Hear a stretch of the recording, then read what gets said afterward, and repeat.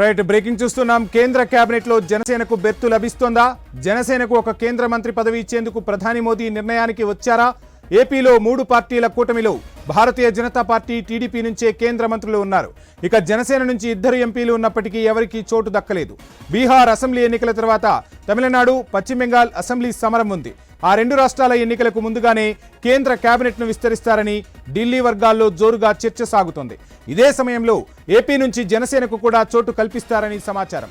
ఆంధ్రప్రదేశ్ నుంచి నాగబాబును కేంద్ర కేబినెట్లోకి తీసుకుంటారని అంటున్నారు. ఈ దిశగా మోదీ నుంచి AP deputy CM Pawan Kalyan పై ఒత్తిడి పెరుగుతున్నట్టుగా పార్టీ వర్గాలు చెబుతున్నాయి. ఒకవేళ నాగబాబు కాదు అని అంటే మచిలీపట్నం ఎంపీ బాలశౌరికి ఛాన్స్ ఇవ్వచ్చని భావిస్తున్నారు.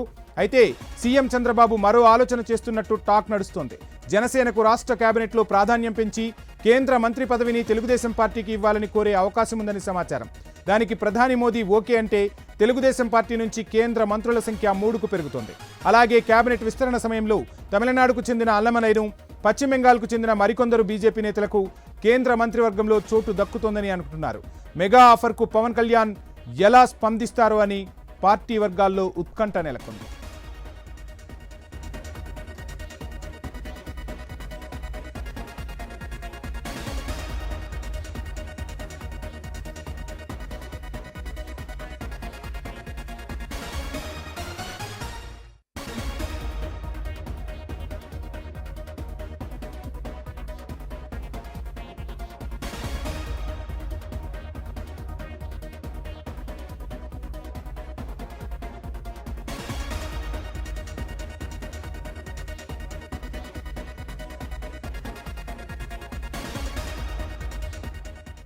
ఒక బెర్త్ జనసేనకు ఇచ్చే ఆలోచనలో మోదీ సర్కార్ ఉన్నట్టుగా తెలుస్తుంది. నాగబాబుకు ఇస్తారా, లేదంటే ఎంపీ బాలశౌరికి ఛాన్స్ దక్కుతుందా, లేదు మరేదైనా కొత్త పేరు తెర మీదకు వస్తుందా అనేది ఇప్పుడు ఆంధ్రప్రదేశ్ రాజకీయాల్లో వినిపిస్తున్న హాట్ టాపిక్.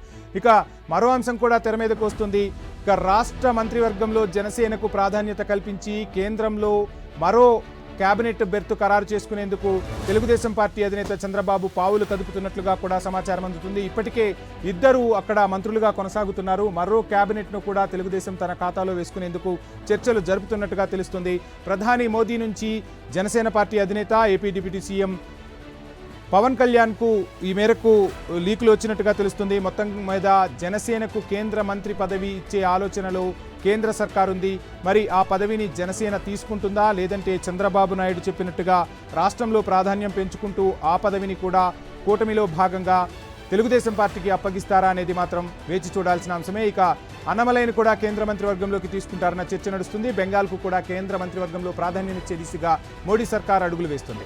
ఈ విస్తరణలోనే నాగబాబుతో ప్రమాణ స్వీకారం చేయిస్తారా, లేదంటే జనసేన నుంచి వేరే నేత ఎవరైనా ప్రమాణ స్వీకారం చేసి మోదీ కేబినెట్లో చేరుతారా అనేది మాత్రం ఇప్పుడు రాష్ట్ర రాజకీయాల్లో ఇంట్రెస్టింగ్ టాపిక్గా మారిపోయింది. ఇక ఢిల్లీ పర్యటనలో బీజేపీ పెద్దలతో చంద్రబాబు కూడా మాట్లాడినట్టుగా తెలుస్తుంది. ఇదే అంశానికి సంబంధించి ఇప్పుడు చంద్రబాబు ఏం చెప్పారు అనే అంశం చుట్టే ఆంధ్రప్రదేశ్ రాజకీయాలు తిరుగుతున్న పరిస్థితి. మొత్తంగా కేంద్ర కేబినెట్లోకి మెగా బ్రదర్ నాగబాబు వెళ్తారనేది పొలిటికల్గా హాట్ టాపిక్గా మారిపోయింది.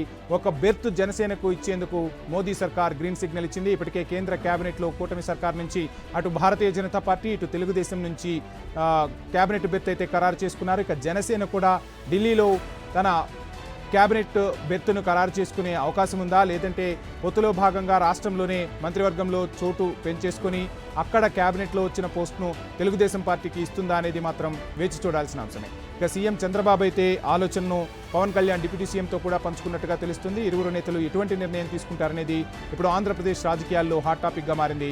ఇక అన్నమలైను కేంద్ర కేబినెట్లోకి తీసుకునే అవకాశాలు అయితే స్పష్టంగా కల్పిస్తున్నాయి. ఇక తమిళనాడులో అసెంబ్లీ ఎన్నికలకు ముందు అన్నమలైను కేబినెట్లోకి తీసుకోవడం ద్వారా అక్కడ పట్టు సాధించవచ్చునని బీజేపీ సర్కారు యోచిస్తోంది. ఇంకా ఈ విస్తరణతోనే బీహార్కు సంబంధించి కూడా మంత్రివర్గంలో చోటు దక్కే అవకాశాలు కనిపిస్తున్నాయి. ఢిల్లీ పర్యటనలో భారతీయ జనతా పార్టీ పెద్దలతో చంద్రబాబు మాట్లాడారు. ఇక కేంద్ర కేబినెట్లోకి మెగా బ్రదర్ నాగబాబు అంటూ కూడా ఇప్పుడు ఏపీ పాలిటిక్స్లో పెద్ద ఎత్తున చర్చ జరుగుతున్న పరిస్థితి. ఒక బెర్త్ జనసేనకు ఖరారు చేసేందుకు మోదీ గ్రీన్ సిగ్నల్ ఇచ్చారు.